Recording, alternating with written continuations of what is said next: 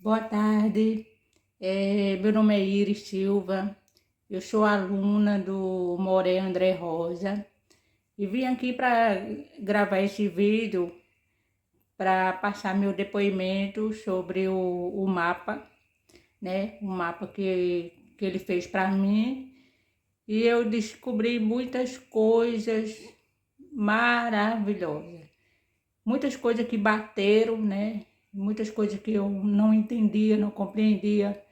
E acabei tirando dúvida e consegui compreender. E realmente fantástico, fantástico. Mas o que mais me surpreende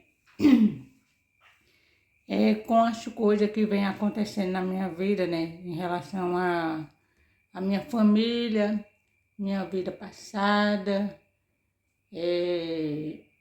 as coisas que eu ficava vai e volta e tudo mais. E eu estou muito feliz por ser aluna dele, porque eu estou estudando coisas que é muito sério, é muito profundo você estudar, você... Kabbalah é fantástico, fantástico. Então, eu espero que vocês curtem, compartilhem, e vale a pena você entrar, né? Estudar, aprender mais, e, enfim, muito profundo.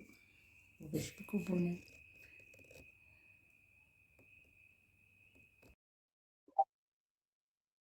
Pois bem,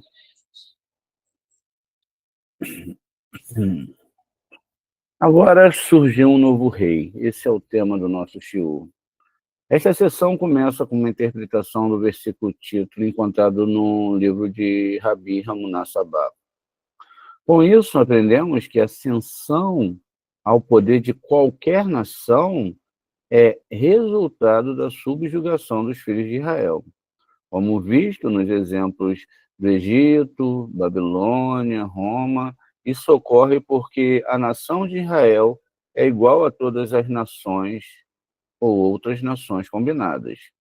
E, portanto, quando uma nação domina, os filhos de Israel, seu chefe celestial ganha domínio sobre os chefes das outras nações. E, de acordo com o Rabino Ria, a iminente ascensão ou queda de uma nação é anunciada na Terra através de crianças pequenas, pessoas simplórias e o comportamento dos pássaros, 30 dias antes do evento.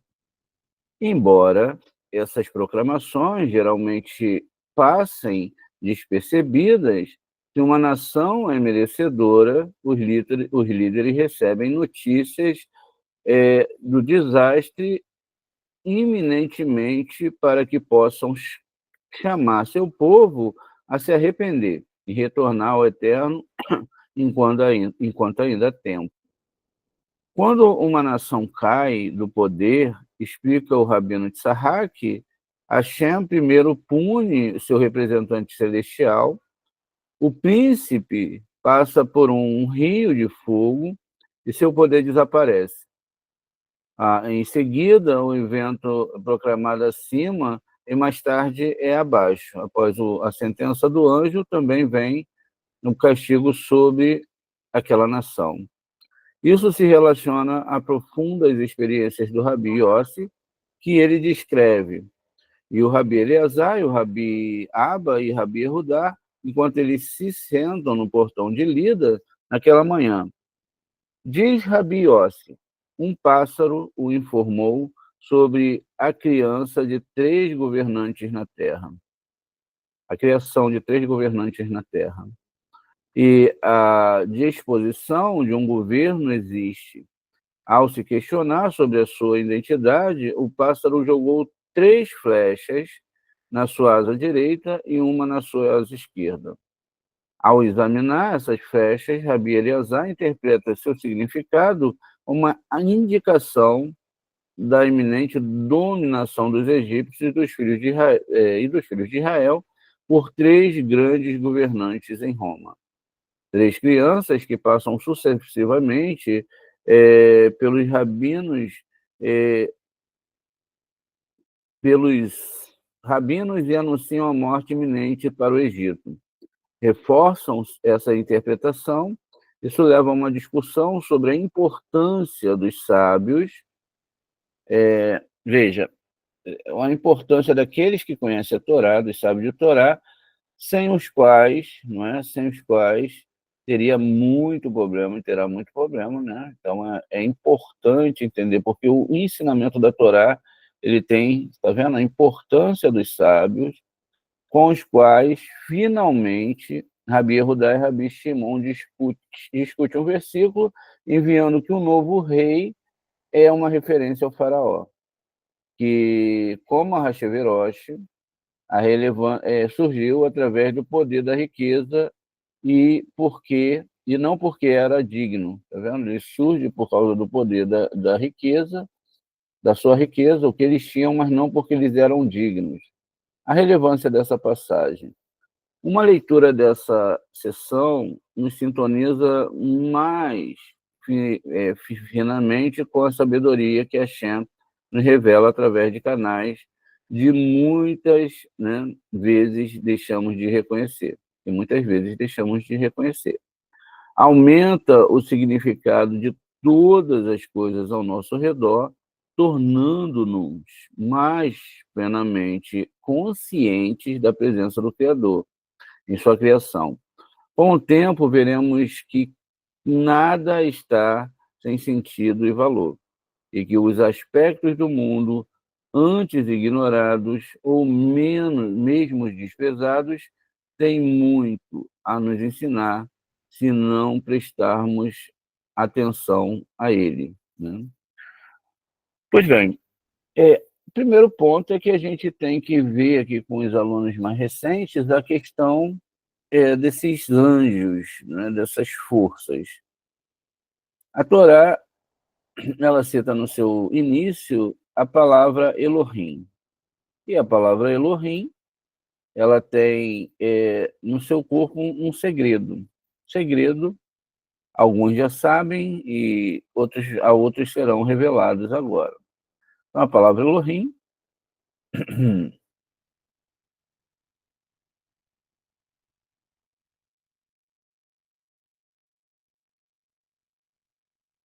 ela está aqui. E se a gente observar bem essa palavra, veja, Deus cria, né? Ó, como funciona a temática da Torá. Ó. Bereshit bara Elohim. Veja, aqui primeiro, Deus escreve a palavra bará, é a mesma dessa aqui, ó, a mesma coisa. Então ele cria 6, que são as 6 sefirot inferiores, chamada de Zerampim, Barashit, criou 6. Depois bará Elohim, depois ele criou Elohim, tá vendo? Ou criou Elohims. Como que a gente pode definir isso aqui?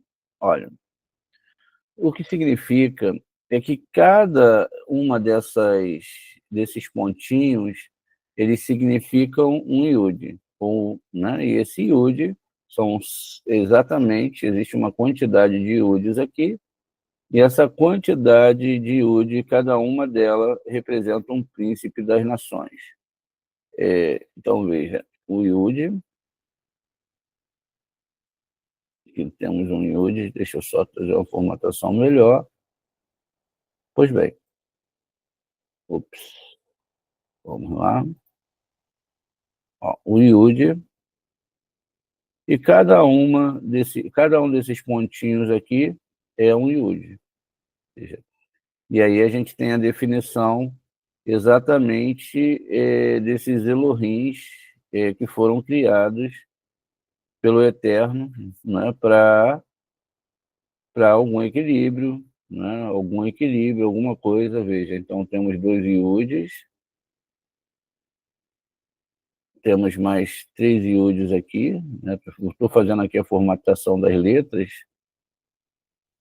Ó, temos 3 iudes aqui, temos mais um iude aqui, e temos mais um iudinho acima.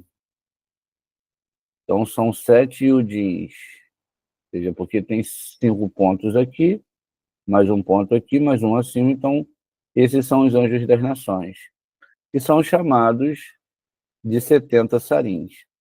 Esses 70 sarins, eles recebiam no templo 70 bois todos os anos que eram abatidos para eles.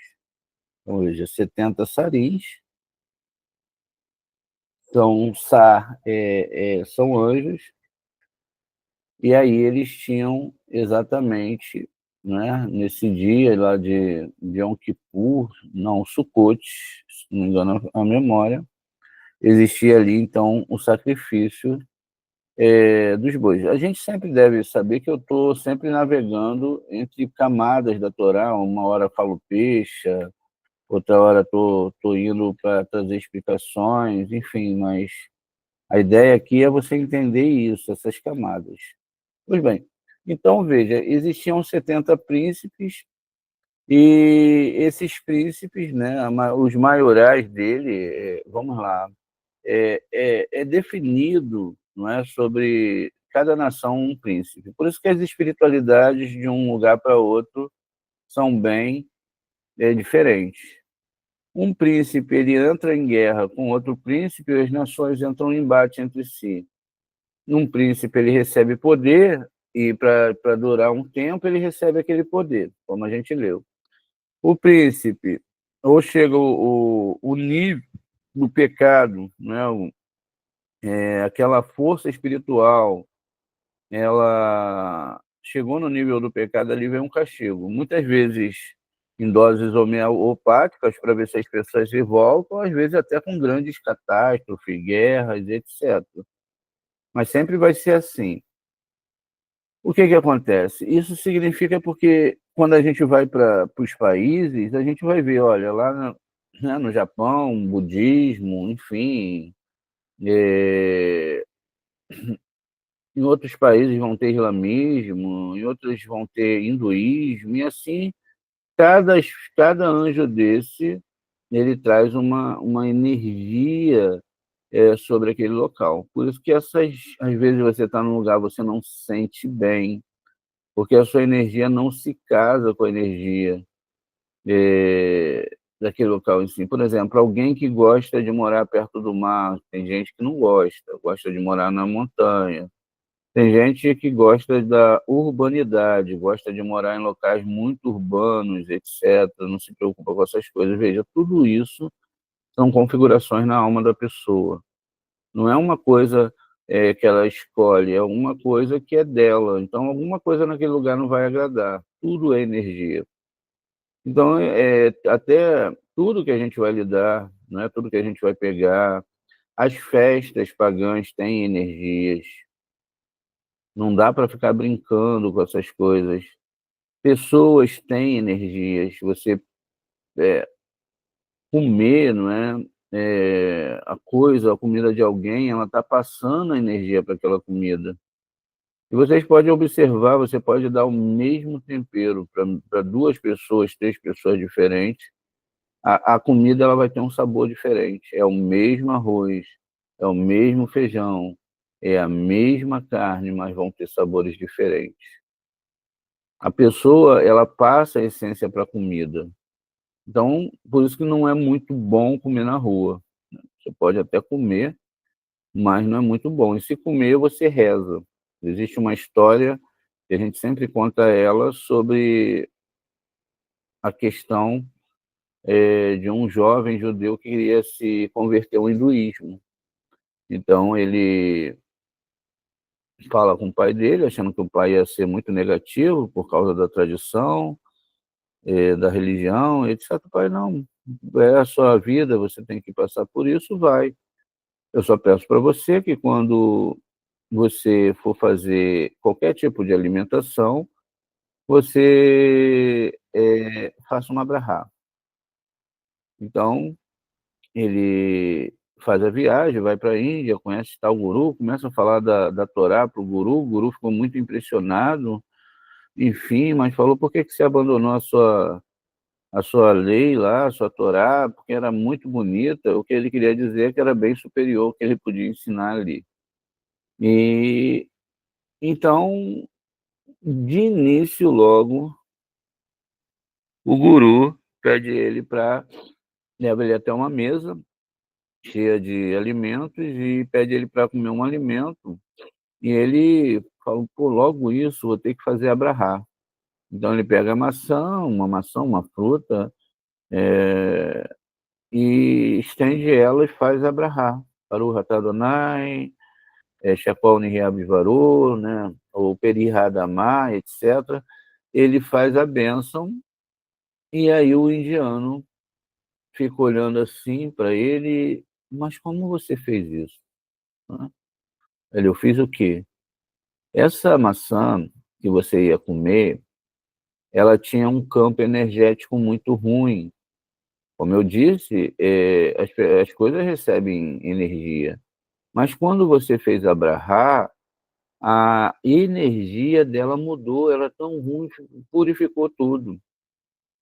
Veja, é algo, né, que a gente não pode brincar, né, porque a gente vê na prática. Às vezes, e a coisa hoje em dia está indo até pior, porque tem pessoas que estão dando alimentos envenenados para outras pessoas. A pessoa vai para uma festinha, come um bolo, o vizinho vem, dá um bolo, um pastel, um docinho, sei lá, e aquilo está envenenado. A gente já tem visto aí muita gente morrendo com isso. Isso é outro fator.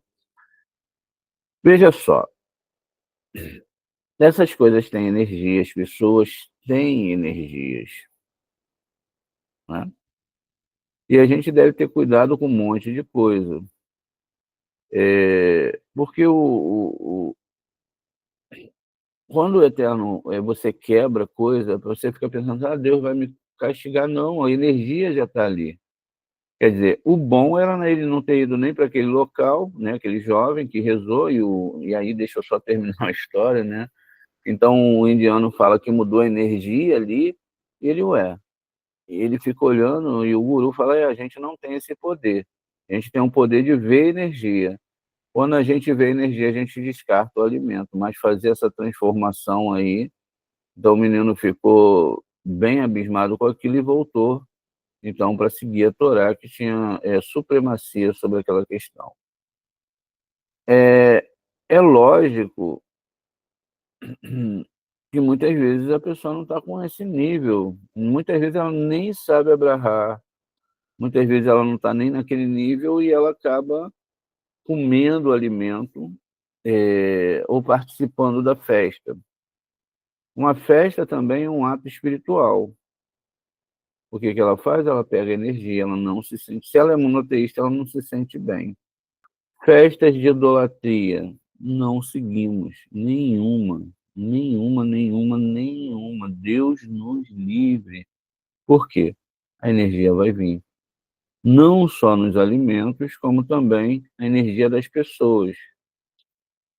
Quando a gente fala, a gente tem que ter muita regra no que a gente fala. Quando a gente fala sobre algumas coisas, parece que as pessoas já vão para quebrar a Torá rápido, o ego já vai rápido. Então pode. Eu falo, olha, nós temos que tratar todas as pessoas, né, de outras religiões bem. Isso não significa quebrar o que a Torá está falando para fazer, trazer para dentro da nossa casa, botar na nossa mesa, botar na nossa vida, tratar bem. É tratar bem, não é para conviver bem. Agora, existem exceções à regra. Nós temos parentes. E os nossos parentes, é lógico que a gente tem maior proximidade, a gente tem que tratar bem. mas sem participar do ato de idolatria dele. Temos que fazer negócios, a Torá permite fazer negócios com Edom, então vai ter momentos que você tem que sentar com pessoas para conversar, se você trabalha, tem pessoas que trabalham com estética, tem que botar a mão nas pessoas, não se sentem bem, isso não é um discurso, mas tem, vai tirar o alimento da onde?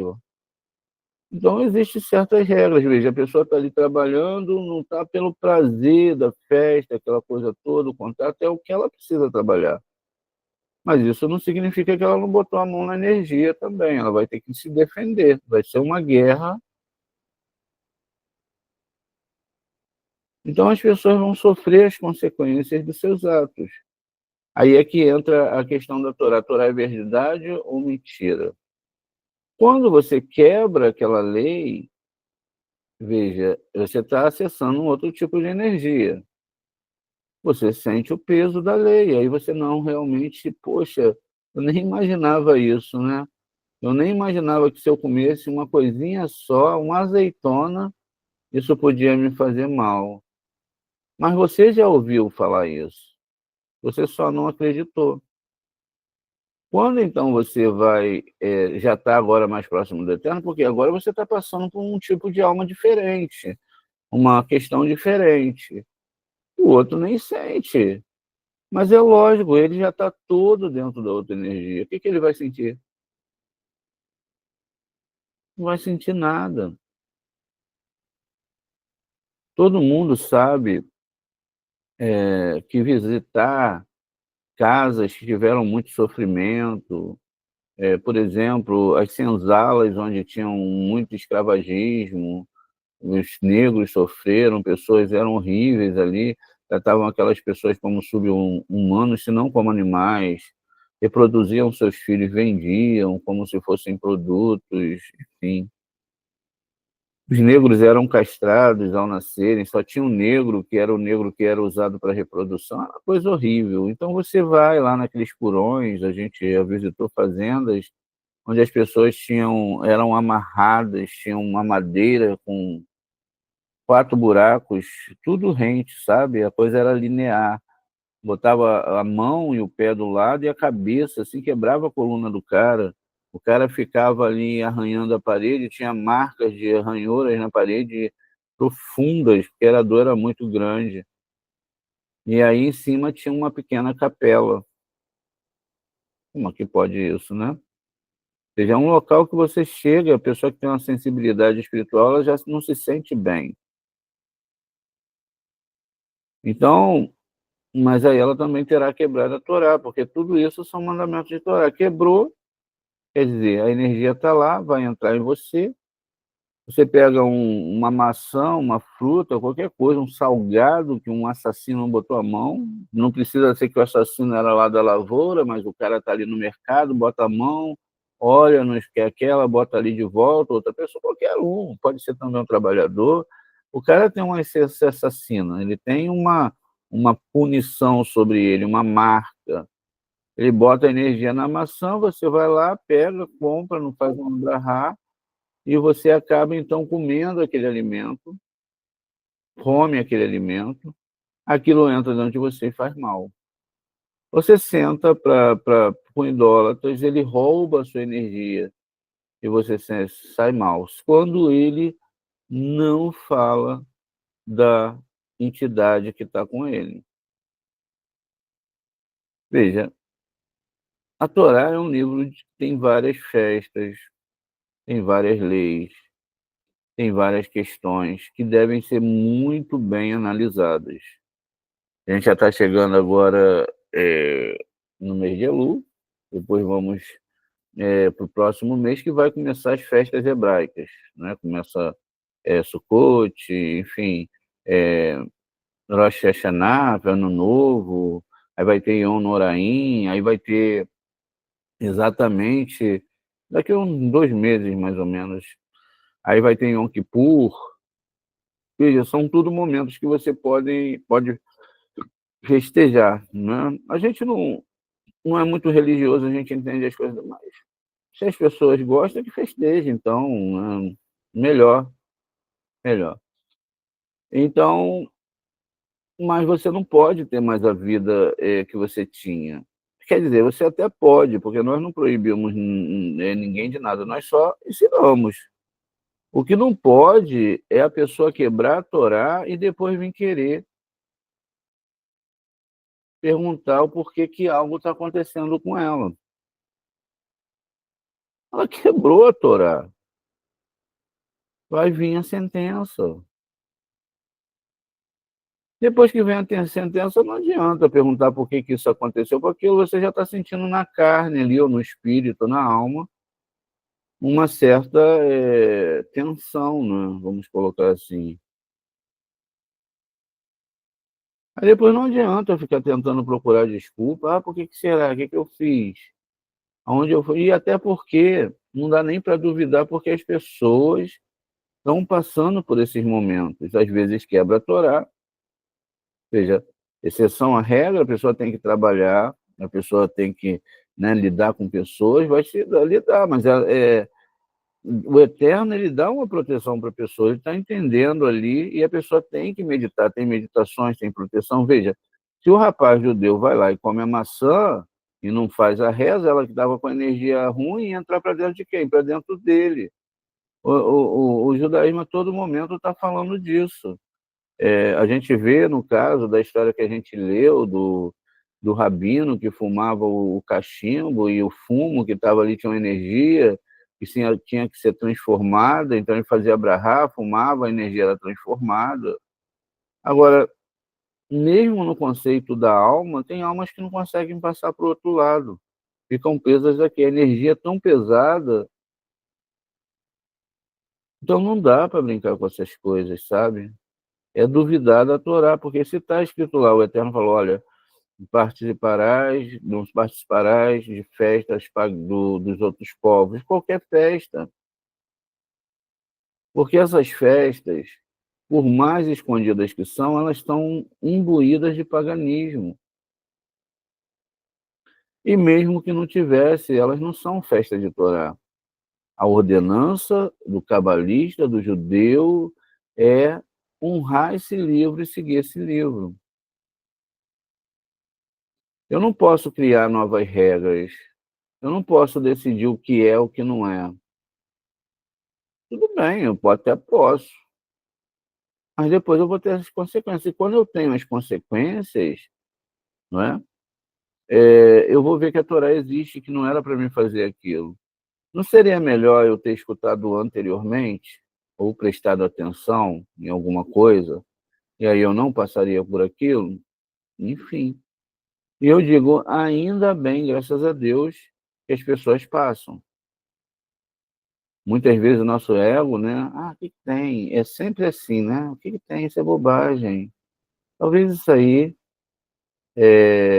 a Torá não está dizendo, foi a mesma proposta da serpente para Eva. Foi assim que o Eterno disse? Você tem certeza de que essa é a Allahá? A Eva é bobagem, vou comer a maçã aqui, vou comer esse fruto da árvore proibida, é mesmo, né? Talvez a Torá esteja errado, talvez realmente eu tenha encontro uma o que que tem, né? Esse confronto alárrico, ele é constante dentro de nós, porque a todo momento nós somos seduzidos. E a Torá fala o seguinte, olha, as pessoas, elas não são atacadas pelos grandes mandamentos, nem condenadas por causa dos grandes mandamentos, porque se todos fazem. Aqueles que estudam a Torá, em Yom Kippur está todo mundo lá, peça, seja lá, né, a festa que for, estão todos lá. Mas os mandamentos pequenos, assassinar, ninguém assassina, pelo menos é o que se espera, sei lá, adulterar também, ninguém vai fazer isso, né, se tiver na Torá. Agora, os pequenininhos é que se quebram, que não se presta atenção. Ah, o que que tem, né?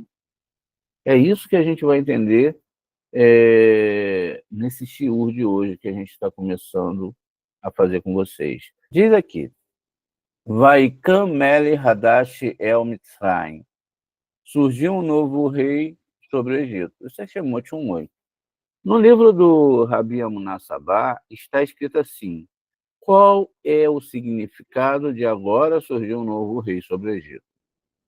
Vinde, e eis que todas as nações do mundo e todos os reis do mundo não se tornaram seguros em seu domínio, a não ser por causa dos filhos de Israel.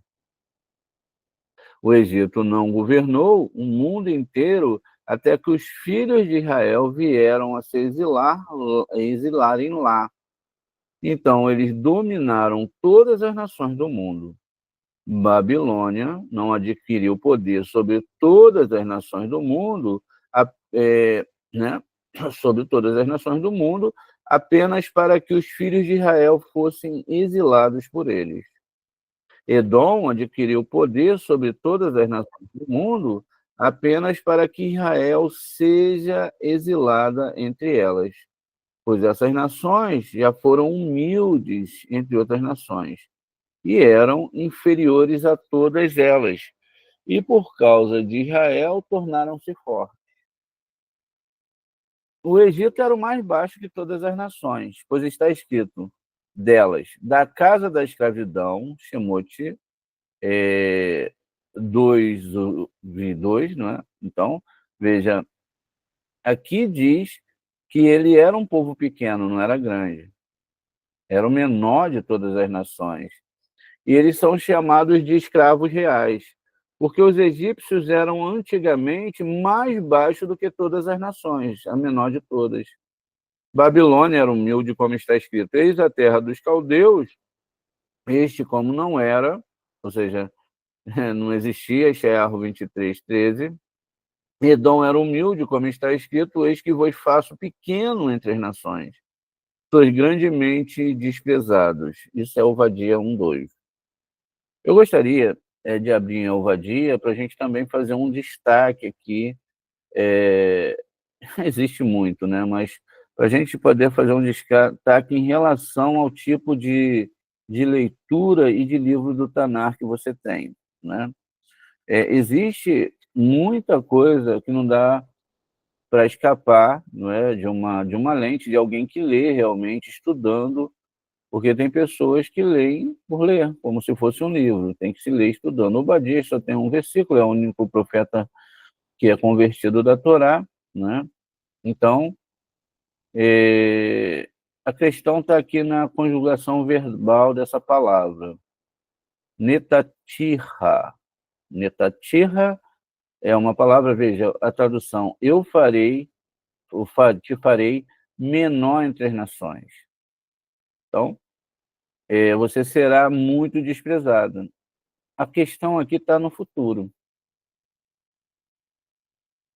Vamos ver, e aí você pegando qualquer Taná, pegando qualquer livro mais dentro da linguagem da Torá, você vai ver que essa palavra, né, ela, como nós vimos lá, ela está traduzida incorretamente. Farei menor entre as nações. Isso está dizendo o quê? Que isso é no futuro. Está vendo? Isso é no futuro. O que significa isso? De uma certa forma, aqui está se falando de Edom, que é o último, né, a massificação de todas essas religiões que se condensaram ali no Novo Testamento, pegaram e se tornaram uma religião. Mas vocês devem perceber que essa ideia dá a questão de que no futuro esse poder será vencido, né? Esse poder será vencido e que ali eles têm o poder. Veja, a gente está começando a definir aqui algumas coisas que devem ser muito bem entendidas, né? Essa palavra, netatirra, né, é um verbo aqui, ó, conjugado na primeira pessoa do singular, ou seja, eu dei, né? O sufixo ra é um pronome de objeto da segunda pessoa, você, portanto, a palavra inteira significa eu fiz, eu te dei, né? Então, qual é a correção aqui certa, né? Eis que te fiz pequeno, tá vendo? Entre as nações. Veja como que a coisa aqui é sinuosa. Eis que te farei no futuro, porque agora você é grande, não, eu te fiz pequeno entre as nações. O que ele está trazendo aqui para a gente? Olha, essas nações, elas nunca tiveram poder nenhum. A mudança da temporalidade aqui é seríssima, mas isso acontece a todo momento. Não só a mudança da temporalidade, a mudança do pronome pessoal, às vezes, como no caso de Isaías, que dizem apontar o Machia lá na cristandade, está lá num plural, não é? Então, quando está lá no plural, está falando de um grupo de pessoas, não está falando de uma pessoa no singular. Mas eles mudam isso, mudam e traz a coisa para o singular. Então, mostrado ali o indivíduo. Tem essa aula no nosso canal, eles ou ele, né? Ou ele ou eles. Então, veja, eles mudam. Aquilo que eu farei e eu te fiz pequeno entre as nações vai corroborar com o que nós estamos lendo aqui. Tá vendo? Essas nações, elas não tinham poder de nada. Conforme os sábios da Torá foram entrando para dentro dessas nações e rezando, estudando a Torá, elas foram ganhando força. Esses anjos foram ganhando forças. Aí qual era a ideia agora? Era pegar a Torá e misturar ela com essas coisas, traduzindo ela para N idiomas e fazendo com que as pessoas sejam tão antagônicos à Torá que agora eles já não defendiam a não idolatria, eles inseririam a nova idolatria dentro da Torá. Eles não lutariam pelo monoteísmo, pela unicidade do Eterno, eles lutariam por algo contrário, mas a energia que é usada é a Torá. Lembra que o Eterno falou, olha, se não fosse pelo meu pacto com o dia e com a noite, o que é o dia e a noite? Estudar a Torá dia e noite.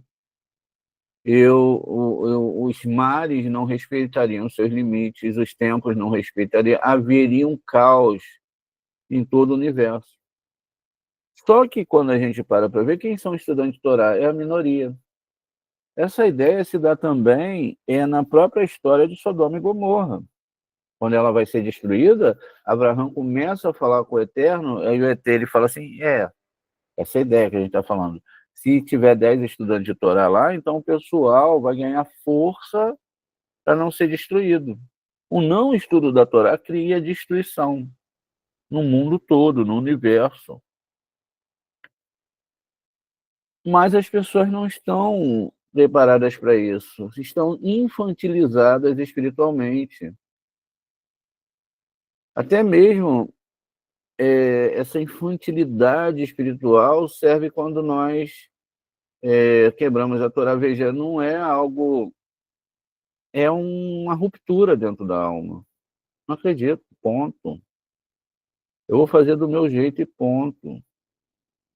Na Torá está escrito assim, aí talvez surja até aquela questão, né? Mas tem uns segredos da Torá, de repente não é isso. Eu não devo adulterar, mas tem um segredo do adultério, de repente não é isso, eu vou adulterar mesmo, vou fazer o ato aqui, enfim, aí acaba com tudo. Aí talvez não faça um pecado desse grande e tal, aí vai fazer outros que são proibidos, Lashon Hará também, que a gente faz direto. Aí vai sentir, acho que não avança, sabe?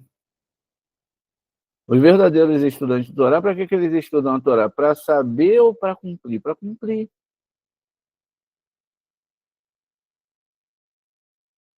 E não adianta a gente fazer as coisas às escondidas. Às vezes a gente tem vergonha, não é? Aí entra aquela história. Qual é pior? O cara que assalta a mão armada ou o que furta? O Zohar traz a explicação. Pior é o que furta. O que furta, ele não é corajoso, e ele vem furtivamente, entra no local, vê uma oportunidade e pega, se esconde, e com vergonha dos homens também de verem ele. Então esse não teme o Eterno, ele teme os homens, mas não teme o Eterno. Porque a ideia é aqui é o que o outro vai achar dele, o que o outro acha dele, qual é a visão que o outro acha dele. Então, ele prefere agir na surdina. O assaltante, a mão armada, né, o ladrão mesmo, ele vai ali com a arma, etc., com o rosto limpo e leva tudo mesmo. Se for possível, ele faz o que tem que fazer e vai embora. Essa ideia está dentro das leis. Ah, Deus não está vendo, meu irmão não está vendo, o que, que tem eu fazer? Mas lá no fundo do consciente da pessoa, ela já sabe que está errado, ela está em dúvida. E é na dúvida que essas coisas acontecem. Veja, se crê nisso ou não, que é através do estudo da Torá que se mantém os mundos espirituais, é complexo. Porque é uma questão de fazermos um teste. Os cabalistas estão estudando, independente da maioria não está estudando. Mas a gente está acostumado com coisa de quantitativos, de coletividade. Existe até alguns conselhos que falam, olha, se a maioria for para um lado, vai para o outro.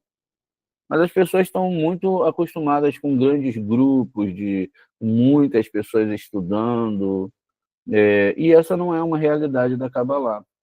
Sempre, veja quantos anos nós temos aí. Quando chegamos numa sala com 20 pessoas, é muito. Não ultrapassa isso. Porque não é para todo mundo. Por que não é para todo mundo? Porque ninguém vai querer se sacrificar. Ninguém vai querer abandonar suas festas. Não estou falando para aqueles que estão começando agora, né? A pessoa está numa caminhada, todos nós fomos para essa caminhada.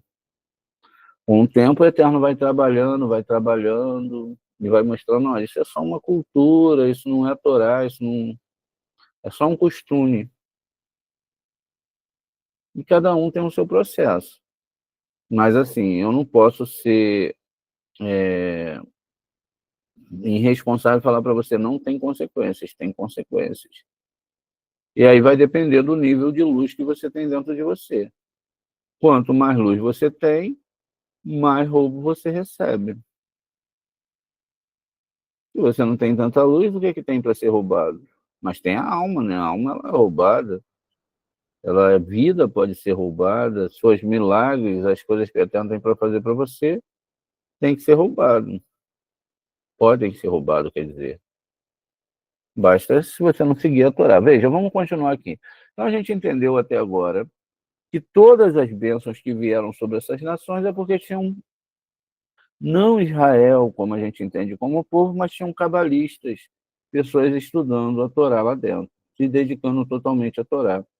Essas pessoas que estudavam a Torá, elas eram responsáveis pela descida da luz para aquelas pessoas. Só que eles usavam e usam a luz incorretamente, como a gente vai continuar observando aqui. E todos eles receberam poder, veja, apenas por causa de Israel. Pois quando os filhos de Israel estavam exilados entre eles, eles imediatamente se tornaram poderosos sobre todas as nações do mundo. Qual é o motivo? Porque só Israel é comparável a todas as nações do mundo. Israel é direta a Deus e doação. Quando Israel começou o seu exílio no Egito, o Egito imediatamente experimentou uma elevação. Seu governo foi fortalecido acima de todas as nações, como está escrito. Agora surgiu um novo rei sobre o Egito, Timóteo 1:8. Levantou-se ou surgiu significa que eles se levantaram e se tornaram fortes.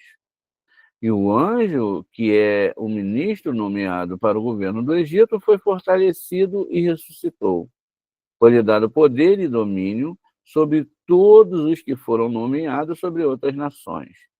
Porque o domínio é dado primeiro àquele que é nomeado acima, e depois a sua nação abaixo. Veja, cada nação tem um anjo, como eu expliquei. Portanto, o versículo diz, agora surgiu um novo rei sobre o Egito, este é que foi nomeado sobre eles, o príncipe, o Sarim, ou Sar, né? Sar no singular. E ele era novo, porque até então não tinha domínio sobre outras nações. Então ele foi criado para governar todas as nações do mundo. Então isso se cumpriu. Por 3 coisas a terra está inquieta. Para um escravo, quando se torna rei, Michelei 30, 21, porque os egípcios eram escravos e se tornaram rei. O Rabi Hia disse: 30 dias antes que o poder chegue a uma nação na terra, ou antes que uma crise chegue a uma nação na terra, ela é anunciada no mundo. Às vezes é entregue à boca de uma criança e às vezes as pessoas que não têm sentido, e às vezes, ou seja, simplórias, e às vezes é entregue aos pássaros, e eles anunciam no mundo, ninguém os ouve. E quando as pessoas são justas, justas aqui, não é no sentido do que você acredita, justa segundo a Torá. A palavra justa aqui tem a ver com tzadik, tzedakah, doação, amar e etc. Isso é entregue aos líderes, os justos do mundo, para que notifique o povo que se arrependa ao seu mestre. Esse povo, se ele não é justo, então é como dissemos, né? Não haverá nenhum sinal. Ou seja, no caso de Sodoma e Nínive, é o próprio Jonas que vai lá avisar sobre essa questão.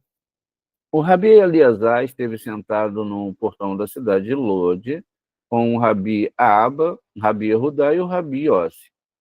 Rabi Yossi disse: vou contar o que vi esta manhã. Levantei-me como a luz da manhã e vi um pássaro. Ou seja, o pássaro aqui é um anjo. Que estava voando, levantou 3 vezes e baixou uma vez, e dizia: exaltados, exaltados. Nesse dia do firmamento estão subindo 3 supervisores eretos e governam o mundo. E um está sentado, mas não está sentado. Ele também quer ficar de pé e não se sentar. Ele passou por um fogo ardente, sua posição é removida e seu domínio removido. E 3 pilares governam supernais entre todo este mundo.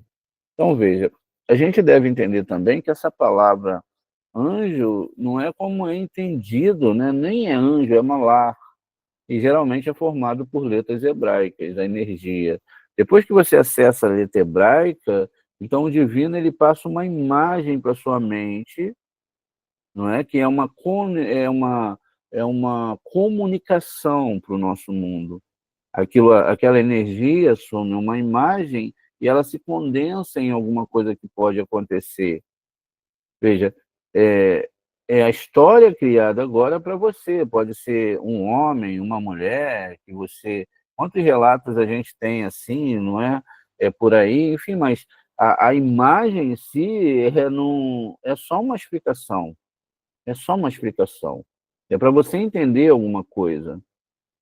Por exemplo, você está numa meditação ali, você está meditando, de repente você vê uma energia, uma luz, mas você não sabe quem é. Aí o que que é? Um anjo? É uma alma? É um justo? Quem é? Aí a luz, ela toma uma forma, para que você entenda, não, esse é o rabino tal, esse é o sábio tal que eu vi. Na mesma forma, ele te dá uma chave, um livro, ou qualquer coisa que é metafórica, é para você entender alguma coisa. Talvez uma porta fechada, ó, a porta está fechada, mas você ainda tem a chave. Dá tempo ainda de você abrir. Vamos começar esse trabalho, vamos de novo, não é? Às vezes os sábios vêm não só para trazer bênçãos, porque a gente já está acostumado com essa coisa, né? Às vezes é uma repreensão.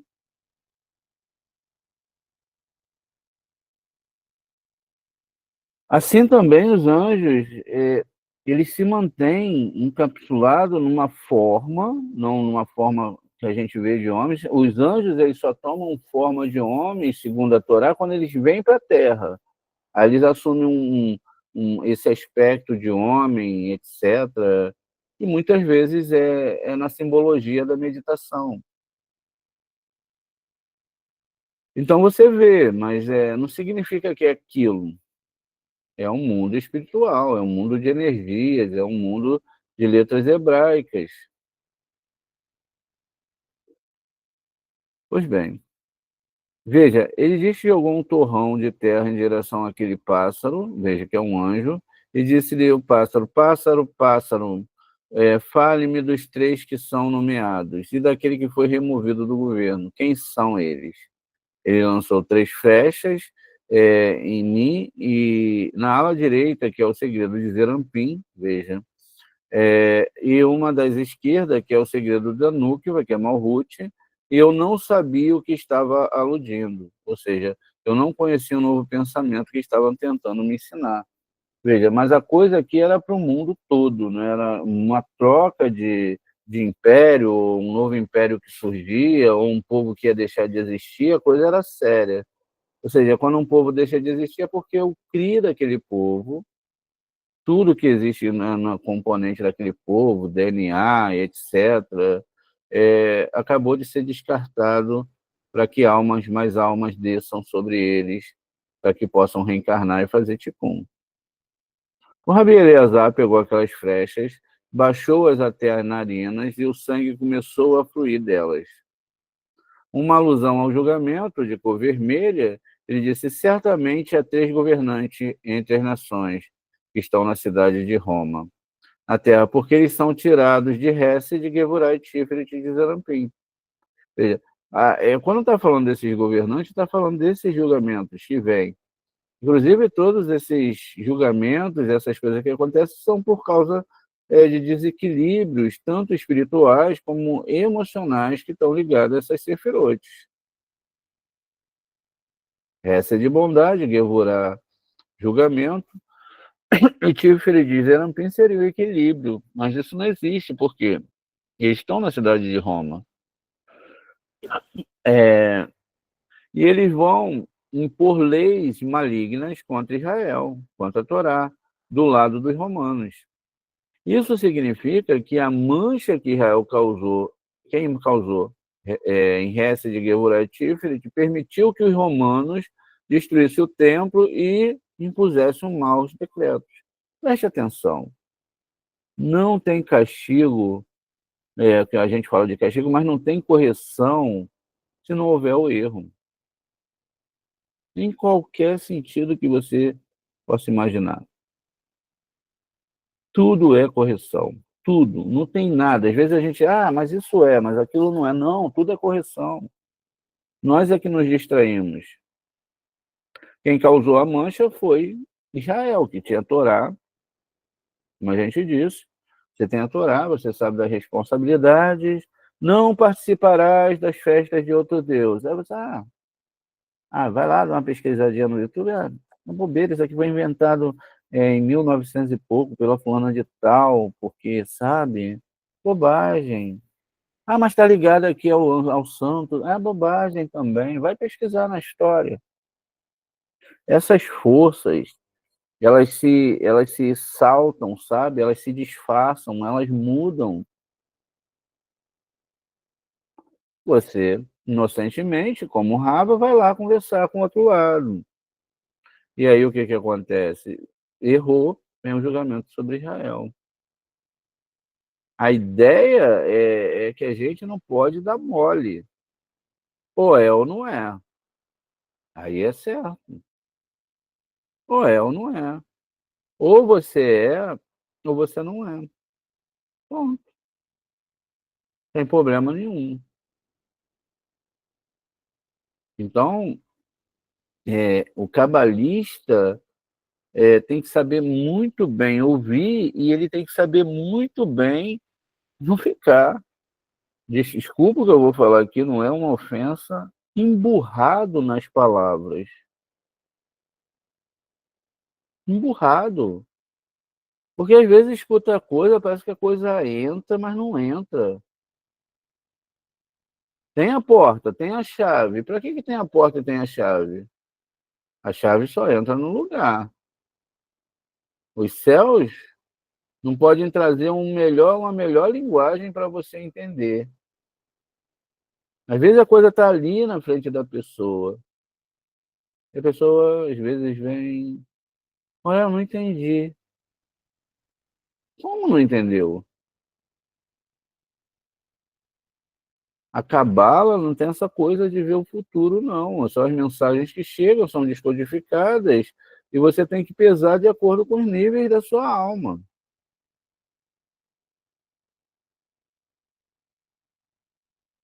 Às vezes a coisa vem tão clara, né? Assim também é o que está escrito na Torá, é tão claro, mesmo na tradução. Às vezes, quando não, na tradução está na nossa mesma cultura. Papai e mamãe ensinou, ó, não come nada na rua, não toma nenhum líquido, porque alguém pode te dar uma boa noite cinderela. Não se faz isso, não pode ter esse tipo de inocência. Ah, mas aí eu vou me tornar antissocial, mulher. Não, você está se protegendo, é porque as pessoas não sabem. Aí você peca, porque Israel somos nós que estudamos a Torá direto a Deus. Corta o fio de conexão. Vamos lá, tem uma fumaça branca subindo, né? Uma fumaça, você vai queimar capim, sabe? Sobe aquela fumaça branca. Você queima componentes como plástico, tá uma fumaça preta. Quando o pessoal quer extrair ali, queimar aquela borracha do fio, aquela fumaça preta. Imagina uma fumaça branca, isso é metafórico, e aí aquela fumaça preta que não é a Torá entra. O que que acontece? A fumaça branca vai se misturar com a preta, vai dar uma confusão danada. É porque a gente fica assim, ah, será que isso é? Será que isso pode? Será que não pode? Ah, mas antigamente eu comia, não fazia mal. Antigamente você não tinha fumaça branca. Você só tinha fumaça preta. Nenhuma das suas ações e seus atos te levariam para o mundo espiritual. Agora, veja, vamos voltar aqui para a aula aqui.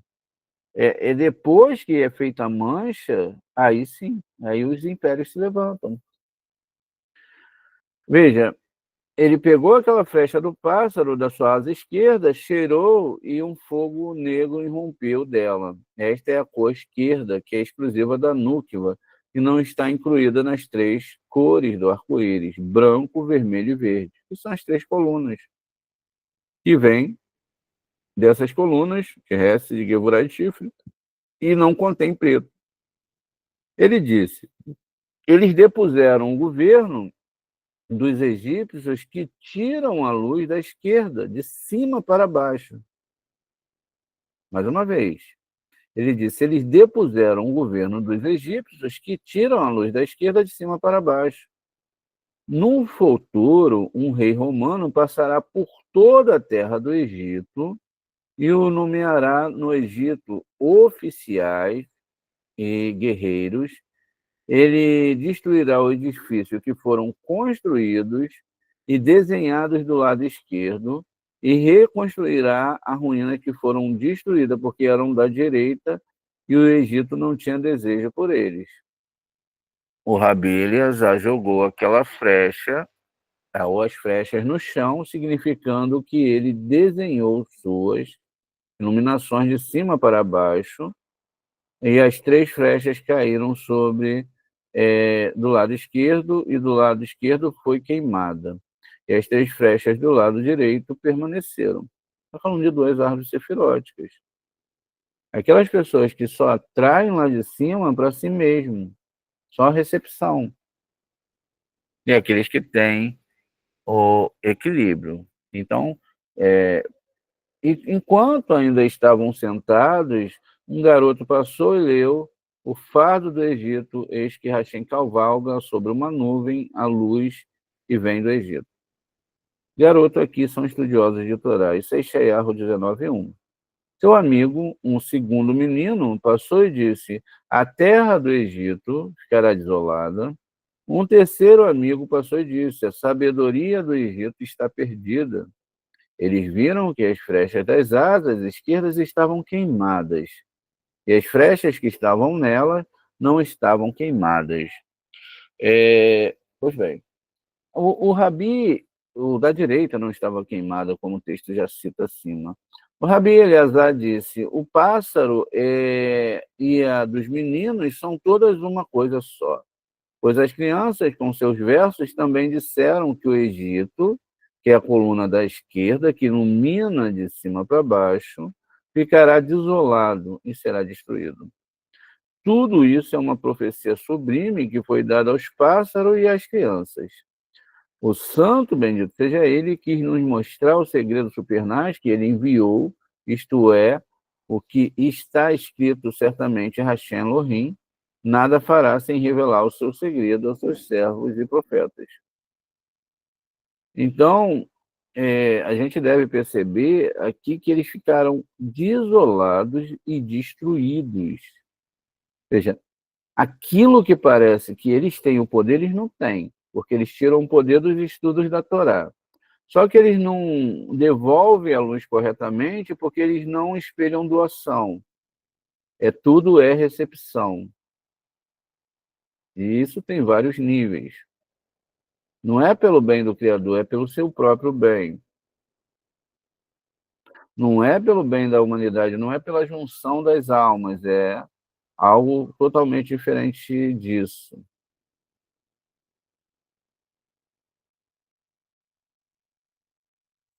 Isso que está sendo falado aqui, que Hashem fará, sim, não fará nada sem comunicar aos seus sábios, por isso que muitos dos nossos alunos têm visão e são avisados e têm que se purificar mais, rezar mais, se santificar mais para poder entender o que estão recebendo, porque se você recebe uma carta, sei lá, na linguagem russa, em hebraico, aramaico, você tem que tentar aprender a ler essas coisas, né? E como se lê? Tirando a fumaça preta, para que a mensagem fique mais clara.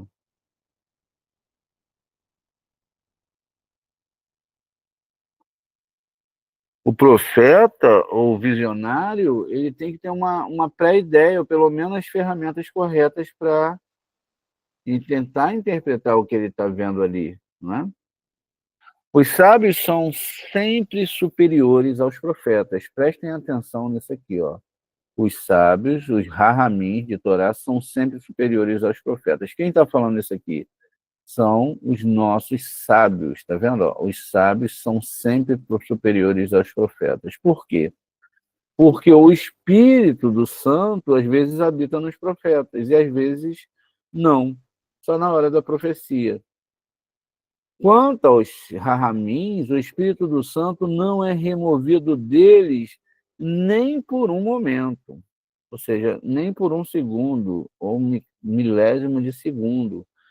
E eles sabem o que está acima e abaixo, embora não devam revelar. O Rabi Yossi disse, tudo pertence à sabedoria, né? Rohimá, e a sabedoria do Rabi Eleazar é superior a todos. Rabi Abba disse, se não fossem os sábios, veja, se não fossem os nossos sábios, se não fossem os justos que ensinam a Torá, as pessoas não saberiam o que é a Torá. Está vendo aqui? Eles não saberiam o que é a Torá. E quais mandamentos do mestre.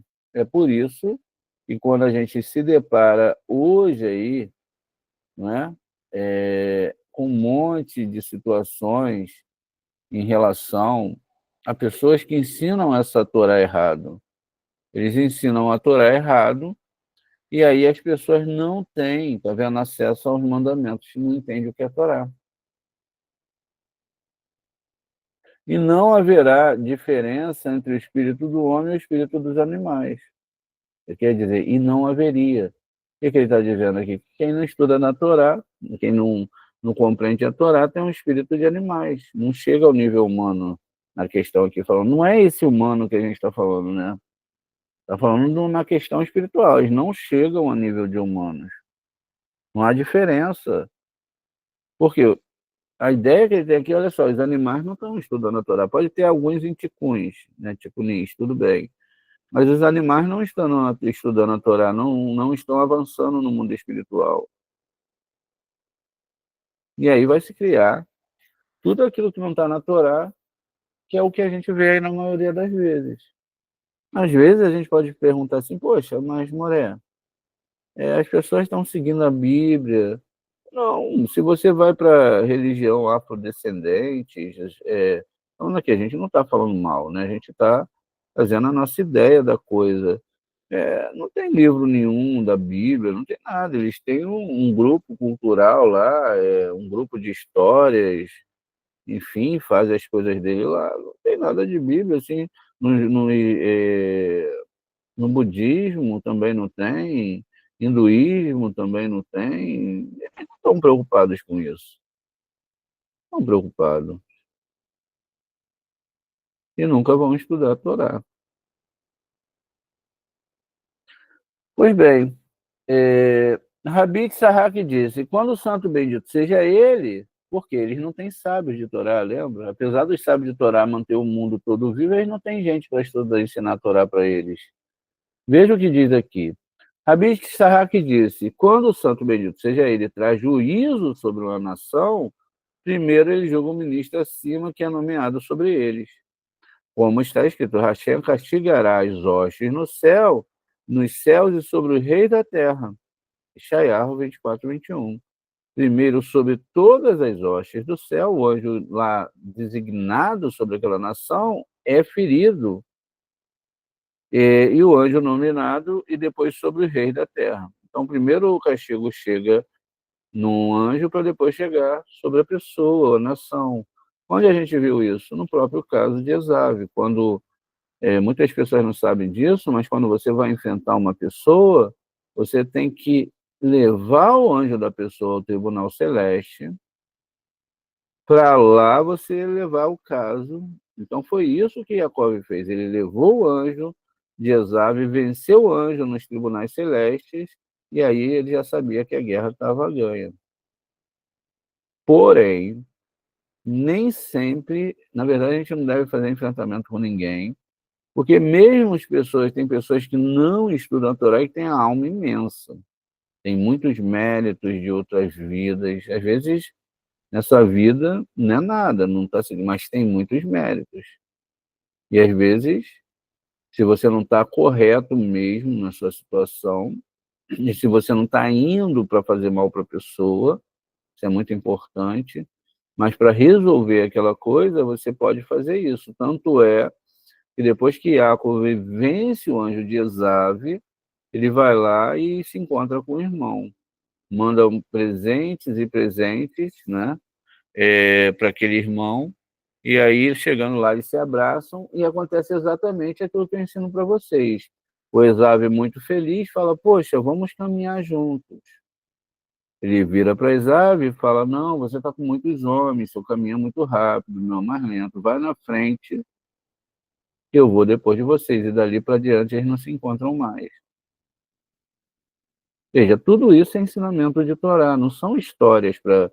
Porque quando você lê essas histórias externamente, olhando para a vida dos outros, era assim, foi assim que Jacó rezava e fez. Não, é assim que você deve fazer com a sua caminhada espiritual.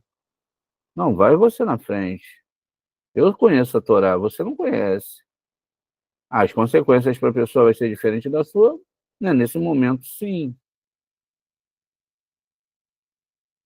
Mas se Deus, o Eterno, quer que você entenda dessas leis, respeite as guarde direito, né? A gente tem que ter esse cuidado, porque é o nosso mecanismo, é o nosso corpo.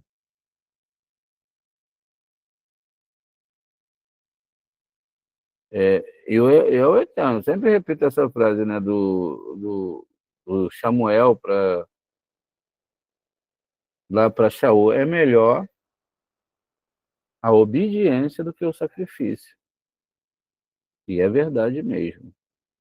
Porque quando chega a hora do sacrifício, dependendo do tamanho do sacrifício, meu Deus do céu, dói. Aí depois que se fez o erro, o que é que eu faço fazer, morar para consertar? Chuvar. A primeira coisa que tem que se fazer é se arrepender. Fala que eterno, fazer que nem o rei Davi, pequei diante de ti. Fez chuvar, se arrepender amargamente e profundamente do erro cometido. Porque se não for assim, tem aquele, né, aquele arrependimentozinho que a gente dá aquela choradinha. Eu não queria fazer isso, papai. Aí daqui a alguns dias está repetindo de novo. Que a pancada do erro não foi suficiente, aí leva outra. Leva outra. Se o Eterno te amar, ele vai dar outra, senão ele vai deixar para lá, deixa. Não adianta eu falar com esses rapazes, deixa para lá, dá tudo. Ele não empresta, a Shem larga a mão da pessoa. Aí ele continua aqui. Primeiro o castigo vem sobre os anjos, quer dizer, sobre quando acontece isso também, um castigo vem sobre o seu anjo para depois chegar até você. Ele pergunta, como é dado o juízo a um nomeado acima? Ele responde, eles passam por Nahar de Nu, o rio de fogo, que se estende e sai diante de Hashem, e então o seu domínio é removido imediatamente. O anúncio de que o domínio de um determinado nomeado, né, um anjo, foi retirado, chega ao firmamento, até que percorra o firmamento e chegue àqueles que governam esse mundo, que depende desses príncipes. Um anúncio é feito como todo mundo, até chegar aos pássaros e às crianças, aqueles tolos entre as pessoas que não sabem o que falam. Agora surgiu um novo rei, Shemot 1:8, o Rabi Hia disse, um novo rei significa, na verdade, literalmente, um novo, ou seja, um novo anjo. O Rabi Yossi diz que isso significa que ele fez novos decretos que nenhum rei havia decretado até agora. Quem não conhecia José, né? Esse é um dos exemplos desse novo rei que surgiu lá em Bereshit. Significa que ele não conhecia todo o bem que José fez ao Egito. Como está escrito, e José trouxe dinheiro para a casa do faraó, Bereshit 47:4, então o Egito só ficou rico por causa de José e por causa da Torá, como todas as nações.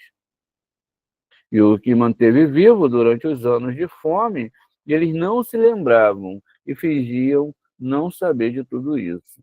Rabi Yossi e Rabi Yehudá estavam sentados estudando a Torá diante de Rabi Shimon. O Rabi Yehudá disse, está escrito, agora surgiu um novo rei sobre o Egito. Aprendemos que ele surgiu de si mesmo. Aquele que foi humilhado levantou-se para reinar, mesmo que não fosse digno de governar, mas pelo poder das riquezas ele surgiu. O Rabi Shimon disse, então era semelhante a Hasheverosh, que não era digno de governar, mas ele surgiu para governar por si mesmo. E ele surgiu pelo poder da riqueza e queria destruir Israel do mundo. Este também é o caso com Faraó. Ele não era digno de governar, mas ele se levantou e governou por si mesmo. E queria destruir Israel do mundo, como está escrito. E ele disse ao seu povo, venha lidar com eles com sabedoria. Shemot 1, 9 e 10. Quando um rei surge acima, significando o anjo nomeado, então um rei surge abaixo. Pois bem, sintetizando aqui essa aula, não é? Tem que se ter muito cuidado, muitíssimo cuidado. Por quê? Você, pelo menos as pessoas que chegam agora, não entendem ainda a Torá, o Taná. O Taná e a Torá ela tem várias camadas, tem alahás, tem consequências. A própria consequência, depois do pecado feito, vai vir a consequência. Hoje, não sei se hoje, amanhã vai ser um áudio muito interessante sobre isso, falando sobre essas questões e como a gente deve amar o Eterno. Então tem que ter cuidado. E outras pessoas temem aquilo que nem está na Torá, né? Exemplos, não é que ninguém deve fazer isso. A Torá não proíbe ninguém de fumar, beber uma cerveja, etc. Não proíbe. E proibir isso, no sentido religioso da palavra, era você colocar mandamentos que não existem na Torá. Isso é hipoteticamente que eu estou falando aqui. Mas se é uma pessoa que não conhece a Bíblia, a Torá, vê você fumar, um sábio nosso fumar um cachimbo, alguém fumar já é, meu Deus, é pecado. Porque a cultura aqui no Brasil, não vou dizer nem no mundo, porque no mundo tem muitos cristãos e muitos países cristãos que as pessoas fumam, aqui já é um pecado.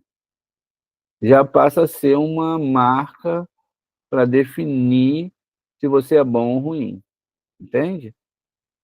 Na Torá não tem nada disso. Mas aquilo que é para fazer, não fazem. Agora, o que nós devemos prestar atenção aqui? Que nós devemos continuar com esse estudo de Torá de madrugada para que a gente possa trazer mais luz para esse mundo. Hoje, a gente tem grupos de estudo de Kabbalah, tem pessoas sérias por aí fazendo esses estudos. E essas pessoas que estão realmente estudam seriamente, é permitido que elas creiam, porque isso também é permitido, elas estão mantendo os mundos espirituais de pé. O que significa isso? Que essas nações, essas religiões não têm poderes de nada. Eles têm que capturar o poder que os cabalistas trazem para as outras pessoas e ali eles mudam a energia, porque a fonte é uma só. Entende? A fonte é uma só. A energia é uma só, é só o Borei, nada mais. Quando nós vamos colocar, diminuímos essa luz do Borê, se a luz ali, hipoteticamente, fica mais rarefeita, o que acontece? Tem pouca luz. Se tem pouca luz, abre-se mais ali canais para o lado negativo, que também é do eterno, diga-se de passagem. E a coisa vai ficar desconfortável para a alma, vai ficar desconfortável para o corpo, enfim. Mas a ideia era essa. Toda a força que vem para esse mundo vem atraída pelos estudantes de Torá e Kabbalah. Ah, mas Moré, a gente não vê aqueles grandes shows, né? A pessoa dando pulo, as pessoas se emocionando, nem gritando, nem usando a emoção para sensibilizar as pessoas. Não, não vê mesmo.